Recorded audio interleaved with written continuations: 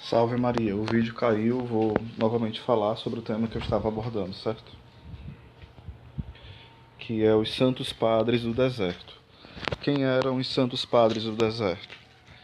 Eram leigos e alguns se tornaram ou já foram como padres para viverem no deserto grandes momentos de oração, de combate contra o demônio, de penitência e crescer nas virtudes. Então a grande maioria não eram sacerdotes, mas alguns sim.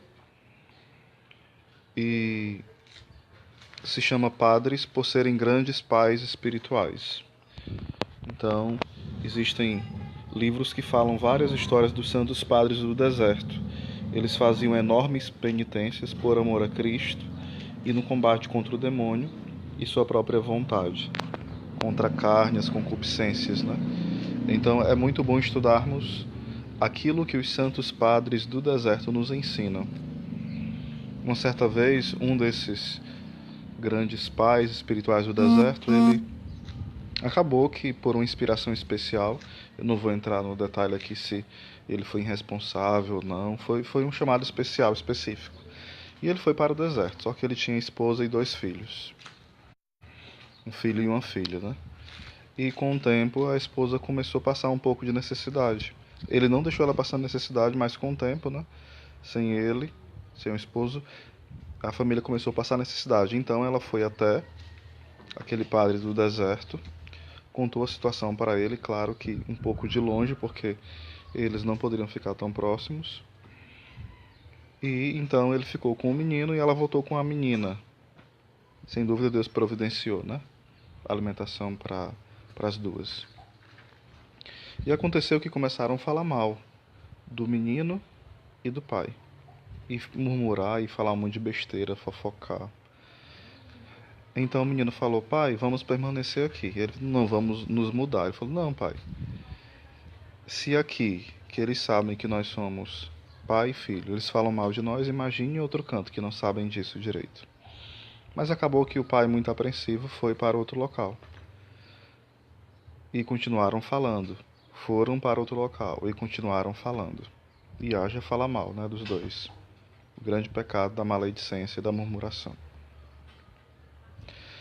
Aconteceu que aquele menino muito santo, aquele rapaz, ele tinha um local onde ele viu um local como se fosse uma sauda cáustica. Ele colocou o rosto dentro e ficou o máximo de tempo que ele poderia aguentar. E o rosto ficou meio deformado, como se ele fosse um leproso. Então aquele jovem foi comungar no domingo seguinte e, por revelação de Deus, Santo Isidoro, né, foi revelado a ele que aquele jovem tinha feito isso. E ele falou o seguinte: esse jovem vem todos os domingos aqui nesta missa. Vem aos domingos nesta missa. Domingo passado ele veio como homem e hoje ele está comungando como se fosse um anjo. Isso mostra o que para nós?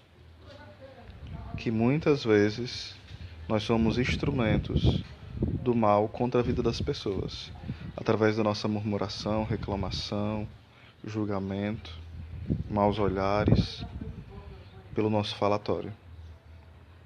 E às vezes as pessoas fazem grandes sacrifícios para provar que são inocentes, enquanto a gente poderia evitar isso com a nossa caridade, com a nossa compaixão e não tendo julgamentos temerários.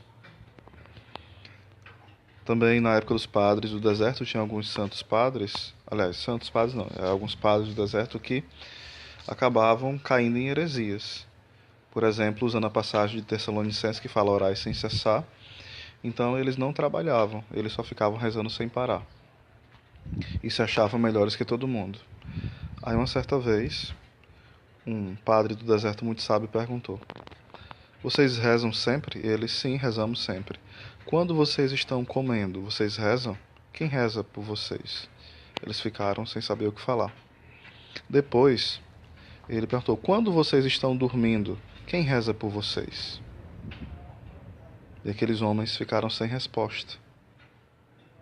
E ele falou: quando eu estou trabalhando, eu faço jaculatórias. E de fato, eu estou rezando. Essas jaculatórias são oração, sim ou não? E aqueles homens que caíram em heresia responderam: sim, essas jaculatórias são orações. Ele falou: pois durante todo o meu trabalho eu faço jaculatórias. Quando eu vou comer, antes de comer, eu já tenho dado esmola do meu trabalho.